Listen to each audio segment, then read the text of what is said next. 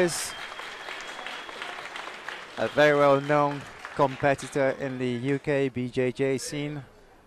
Both of these men regular faces on the local BJJ scene. We can see Ivan Maciel on the corner of Team Clemens there. Part of our main event. And Jon is just straight pulling half guard. Jon Jarvis in the white gi, Tim Clemens in the blue gi.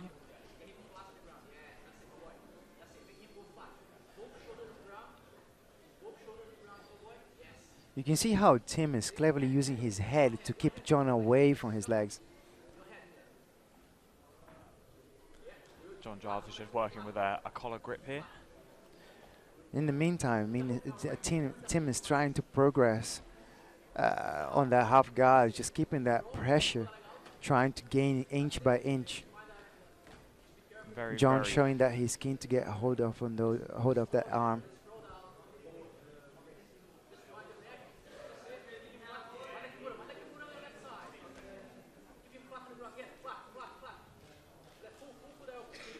Tim opting for a more pressure style of passing rather than a standing open guard sort of pass. But Jon very cleverly gets that loop choke, and he recognizes that Tim is diving into his arms and manages to attack that neck.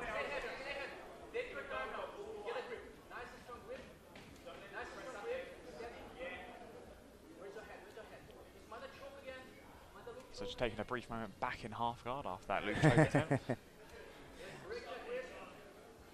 Both competitors seem really relaxed and really aware of what's going on. Looks like both men setting up for a footlock attack. Tim has to be very careful with that neck. His posture is very forward, and while he's very keen on putting pressure, Jon is very aware that his neck is exposed. You have to find that neutral balance of pressure and I like when he does that. I like when he puts his head on the chest, and that doesn't that stops Jon from getting that loop choke. But when he puts it away, Jon manages to get a grip under his chin and starts threatening his head. Jon Jarvis just briefly there using the knee shield to stop any sort of pass, to stop the pressure of Tim. Has to be careful there with his foot. Has to plant it. Wow. And he dives for a toe hold of his own. It's quite deep actually. But Jon is doing the right thing to defend. He managed to escape. Now Tim was on his back and Jon is on the top.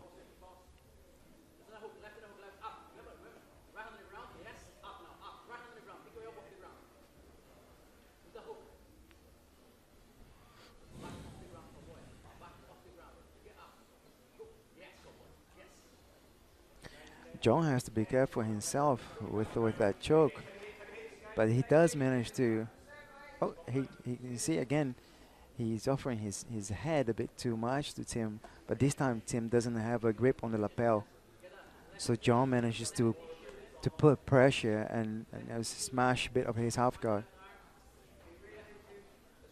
Tim still has a bit of a good grip in there because he can use his knee to push Jon away, and there you go. That's what he does.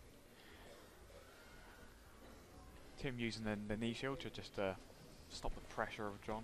Exactly. Excellent guard retention. But Jon now has done a bit of a wind a back step almost. It's interesting how Jon seemed a lot more comfortable when he had his back and forth than Tim does. Absolutely. I think for the passing attempts, Jon is doing a better job. Tim just briefly putting in a butterfly hook for his half guard, maybe looking for a sweep.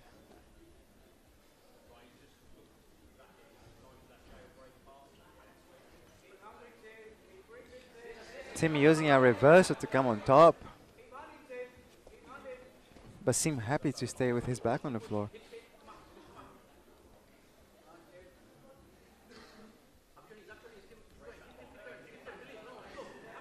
Now it seems to me that Jon, for the first time, has a clear guard pass. And let's see what he can do from there. Although Tim seems to be quickly inching a retention of that guard.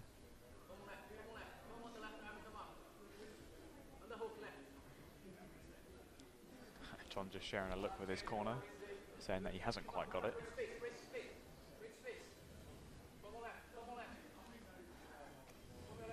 I'd like to see a bit more action from Tim on the bottom. I think Jon isn't.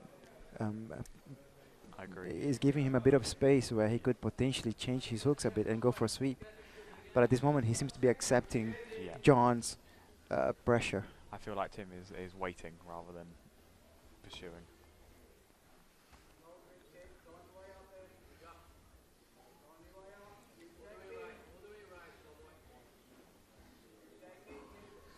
Tim has an underhook, which is makes his the only risk of the underhook is obviously the Darce choke or the arming guillotine, which is Jon is sitting back for now. Good up. It's a good position there for a knee bar, but Tim ended up. He needs to bring both legs in and then isolate one of them. There you go. There you go. Very good position. But that knee is not in a position for a knee bar. Jon changes the angle and manages to get out of it. Now this is where Tim seems to do better, is putting that pressure on top. Yes. So let's see how Jon is going to cope with it now after all that effort. Very heavy pressure from Tim. Let's see what he can do with this position.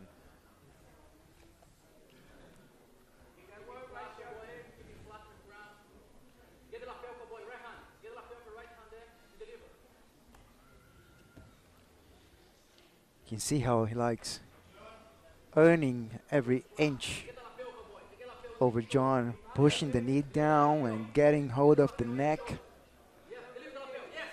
It's very much a very pressure style of passing. That's what we normally see from Ivan guys, right? They all have this pressure heavy style, inch by inch.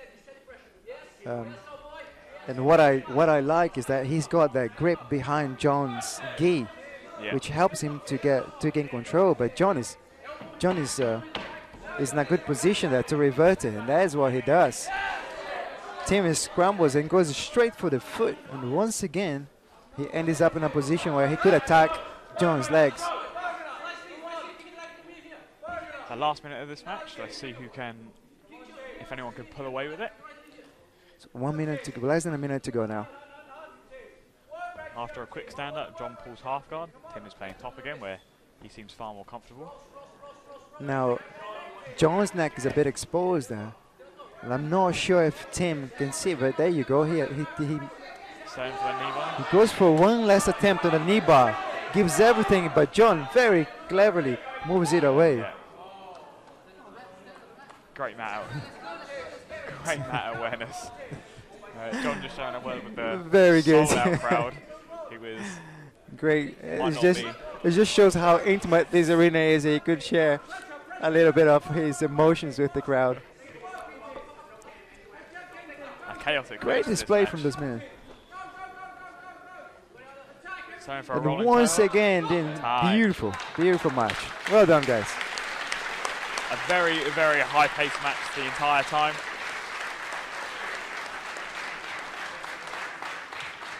At any point, either of those men could have taken that home with them. A very, very high-level match. We'll go straight to Ed for our official announcements.